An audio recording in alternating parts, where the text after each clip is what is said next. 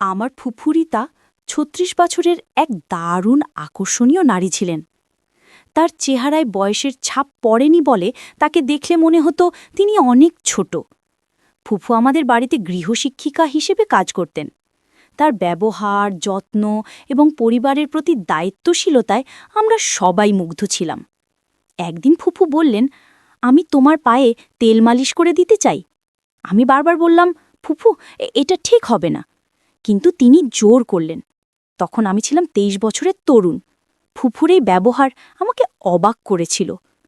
ছোটবেলা থেকেই তিনি আমাকে সবসময় ভালোবাসতেন, আমার যত্ন নিতেন। মা বাবা কানাডায় ২ মাসের জন্য যাওয়ার সময় বাড়ির দায়িত্ব ফুফুর উপরই ছিল।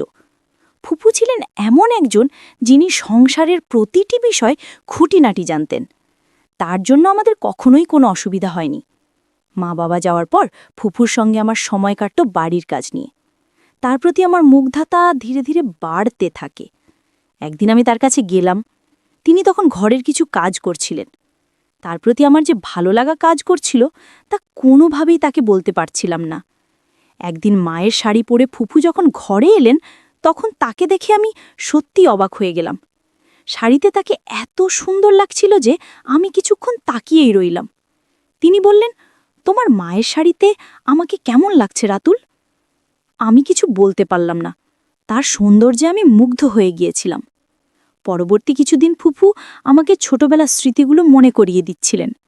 তার সঙ্গে গল্প করতে করতে আমি আবেগপ্রবণ হয়ে পড়তাম।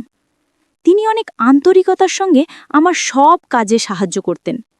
একদিন গোসল শেষে কাপড় পরিবর্তন করার সময় ফুফু হঠাৎ আমার ঘরে চলে আসেন। তিনি বললেন, রাতুল, তোমার শরীরে একটু তেল মালিশ করে দিই। আমি বারবার অস্বীকার করলেও তিনি জোর করতে থাকেন। আমি বললাম, ফুফু, এটা ঠিক হবে না। কিন্তু তার ভালোবাসার যত্ন দেখে আমি মুগ্ধ হয়েছিলাম। তবে আমি সবসময় সীমারেখা বজায় রাখার চেষ্টা করতাম। ফুফু আমার মা বাবার অনুপস্থিতিতে বাড়িটিকে যেন নিজের মতোই করে গুছিয়ে তুলেছিলেন। একদিন আমি বন্ধুদের সঙ্গে একটি পার্টিতে যাচ্ছিলাম। ফুফু বললেন, তুমি একা একা পার্টিতে যাচ্ছ? আমাকে তো কখনো বাইরে নিয়ে যাও না। আমি বললাম, ঠিক আছে, আমি তোমাকে বাইরে নিয়ে যাব, তবে ভালো পোশাক পরে তৈরি হতে হবে। ফুফু রাজি হলেন। আমি মায়ের রুম থেকে একটি সুন্দর শাড়ি এনে তাকে দিলাম। যখন তিনি শাড়ি পরে বেরিয়ে এলেন, তাকে দেখে আমি অভিভূত হয়ে গেলাম। তার সৌন্দর্যের আভাস আমাকে মুগ্ধ করেছিল। সেই মুহূর্তে আমি বুঝলাম, ভালোবাসা মানে শুধুই শারীরিক আকর্ষণ নয়, এটি একজনের প্রতি আন্তরিক ভালোবাসা আর যত্ন। তিনি মায়ের ঘর থেকে একটি আধা পরা শাড়ি পরে বের হলেন। সাজগোজে তাকে দেখতে একেবারে মডেলের মতো লাগছিল। তাকে দেখে আমি চোখ নামিয়ে নিলাম। দরজা দিয়ে বের হওয়ার সময় তিনি হঠাৎ দরজার সাথে ধাক্কা খেয়ে আমার উপরে পড়ে গেলেন। আমি লজ্জা পেয়ে দ্রুত সরানোর চেষ্টা করলাম, কিন্তু তিনি তখনও পড়েছিলেন। আমি ধীরে ধীরে তাকে সরে যেতে বললাম এবং কিছুক্ষণ পরে তিনি উঠে দাঁড়ালেন। তার স্যান্ডেল খুলে রেখে আমি মায়ের একটি সাধারণ স্যান্ডেল এনে দিলাম। এরপর আমরা দুজন গাড়িতে করে পার্টিতে যাচ্ছিলাম। পার্টিতে গিয়ে আমার বন্ধুরা তাকে দেখে মনে করল তিনি আমার বান্ধবী। কিন্তু ফুফু তাদের ভুল না ভেঙে বরং সবার সামনে বললেন, আমি রাতুলের বন্ধু। পার্টি শেষে আমি তাকে জিজ্ঞেস করলাম, তুমি কেন এমন করলে? তিনি হেসে বললেন, তোমার বন্ধুরা যখন ভাবলো আমি তোমার বান্ধবী, তখন তোমার মুখের অভিব্যক্তি দেখার জন্য আমি নিজেকে তোমার বন্ধু হিসেবে পরিচয় দিয়েছিলাম। যদি এতে কোনো সমস্যা হয় তাহলে আমি দুঃখিত।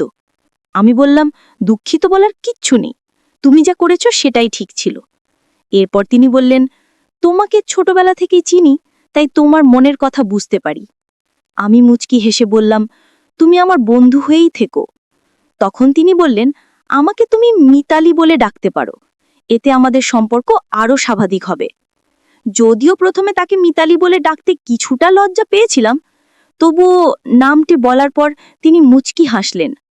পরের দিন সকালে আমি কলেজে যাওয়ার জন্য কোন শার্ট পরব তা নিয়ে বিভ্রান্ত ছিলাম।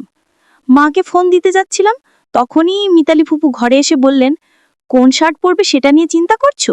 তোমার ফুফু যখন আছেন তখন আমাকে জিজ্ঞেস করলেই পারো।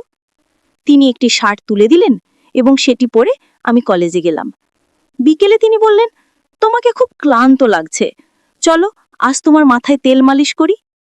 এরপর আস্তে আস্তে আমার মাথায় তেল মালিশ করতে শুরু করলেন। পরদিন সকালে ঘুম থেকে উঠে দেখলাম তিনি আমার পায়ের কাছে শুয়ে আছেন। আমি আতঙ্কিত হয়ে বললাম, আপনি এখানে কেন?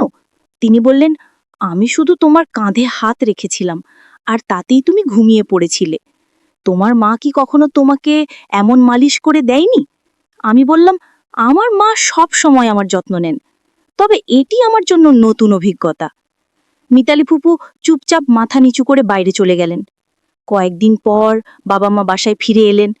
রাতের খাবারের পর মিতালি ফুপু রান্নাঘর পরিষ্কার করে নিজের ঘরে চলে গেলেন। আমি সেদিন রাতে তার ঘরে গিয়ে বললাম, আজ আমাদের বেশি কথা হয়নি, তাই তোমার সঙ্গে দেখা করতে এসেছি।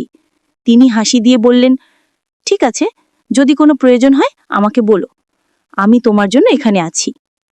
পরদিন সকাল ৯টার সময় উঠে দেখি নাস্তা এখনো তৈরি হয়নি। সাধারণত মিতালি ফুপু সকাল ৮টার মধ্যেই নাস্তা তৈরি করে ফেলতেন। রান্নাঘরে গিয়ে দেখি তিনি চিন্তিত মুখে দাঁড়িয়ে আছেন। তখন বাবা রান্নাঘরে ঢুকলেন এবং তার দৃষ্টি মিতালি ফুফুর দিকে বেশ অদ্ভুত মনে হচ্ছিল। সেদিন রাতে আমি ফুফুর রুমে গিয়ে দেখতে পেলাম বাবা সেখানে একটি বড় অঙ্কের টাকা রেখে এসেছেন। আমার মনে হলো কিছু একটা সমস্যা হয়েছে। আমি বাবাকে জিজ্ঞেস করলাম, ফুফুর সঙ্গে কি ঘটছে? বাবা কোনো উত্তর না দিয়ে আমাকে আমার ঘরে যেতে বললেন, কিন্তু আমি রুম ছেড়ে যাইনি। ফুফু তখন আমাকে জড়িয়ে ধরে কেঁদে বললেন, রাতুল, আমি যখন থেকেই বাড়িতে এসেছি তখন থেকেই তোমাকে কিছু কথা বলতে চেয়েছিলাম, কিন্তু সাহস পাইনি। আমি তাকে সান্ত্বনা দিয়ে বললাম, তুমি যা বলবে সেটাই সত্য। ফুফু আমাকে আবারও জড়িয়ে ধরে কাঁদতে শুরু করলেন। আমি তাকে সান্ত্বনা করার চেষ্টা করলাম যে আমার মা বাবা দূর থেকে দেখলেন। মা তখন বাবার দিকে তাকিয়ে বললেন, তুমি যদি কোনো গরিব মহিলার সঙ্গে খারাপ কিছু করে থাকো তা আমি মেনে নেব না। আমি ফুফুকে বললাম, এখন চুপ থাকাই ভালো, এখানে চুপচাপ থেকে চলে যাও। কিন্তু হঠাৎ ফুফু চিৎকার করে বললেন, আমি আর চুপ থাকতে পারবো, আমি রাতুলকে সব সত্যি বলবো। তিনি বলতে শুরু করলেন, তুমি জানো না যে তোমার আসল মা রুমি, যিনি কয়েক বছর আগে এই বাড়িতে কাজ করতে এসেছিলেন, তিনি যমজ সন্তানের জন্ম দিয়েছিলেন। তাদের মধ্যে একজনকে আমি বড় করেছি। তুমি যদি আমাকে ফুফু হিসাবে মেনে নাও তবে আমি তোমাকে পুরো সত্যি বলবো। আমি হতবাক হয়ে জিজ্ঞেস করলাম, এরা তাহলে আমার মা বাবা নয়? তুমি কি সত্যিই সব বলবে? ফুফু বললেন, আমি জানি তুমি আমাকে হারাতে চাও না, কারণ আমি তোমাকে ভালোবাসা ও যত্ন দিয়েছি। আমি একবার পুলিশের কাছে গিয়েছিলাম, কিন্তু তোমার যমজ ভাইয়ের কারণে কিছুই করতে পারিনি। আমি বললাম, তুমি যা বললে তা সত্যি হতে পারে, তবে এতে আমার কোনো কষ্ট হয় না, কারণ আমার মা বাবা আমাকে অনেক ভালোবাসেন। ফুফু চোখের জল মুছে বললেন, কয়েক বছর আগে তোমার আসল মা মারা গেছেন। তোমার বড় ভাই সঠিক মূল্য পায়নি। তখনকার দিনে অবস্থা এতই খারাপ ছিল যে তিনি নানা জায়গা থেকে চুরি করে টাকা উপার্জন করতেন। এমনকি একবার তিনি তোমার বাবা মার কাছ থেকেও লাখ টাকা চেয়েছিলেন, কিন্তু তারা এত বড় অঙ্কের টাকা দিতে অস্বীকার করেছিলেন। বাধ্য হয়ে তিনি কিছু টাকা দিয়ে বাড়ি ছেড়ে চলে যান। আমি অবাক হয়ে শুনতে থাকলাম। ফুফু আরও বললেন, তোমার বড় ভাই বারবার আমার বিশ্বাস অর্জনের চেষ্টা করেছেন, কিন্তু যখন তার মিথ্যের মুখোশ খুলে গেল তখন তার প্রতি আমার সমস্ত ভালোবাসা এক ঝটকায় শেষ হয়ে গেল। তিনি আরও যোগ করলেন, কয়েক বছর আগে তোমার বাবা মা আমাকে তোমাকে দত্তক নেওয়ার জন্য টাকা দিয়েছিলেন, কিন্তু আমি সেই টাকা সঠিকভাবে ব্যবহার করতে পারিনি।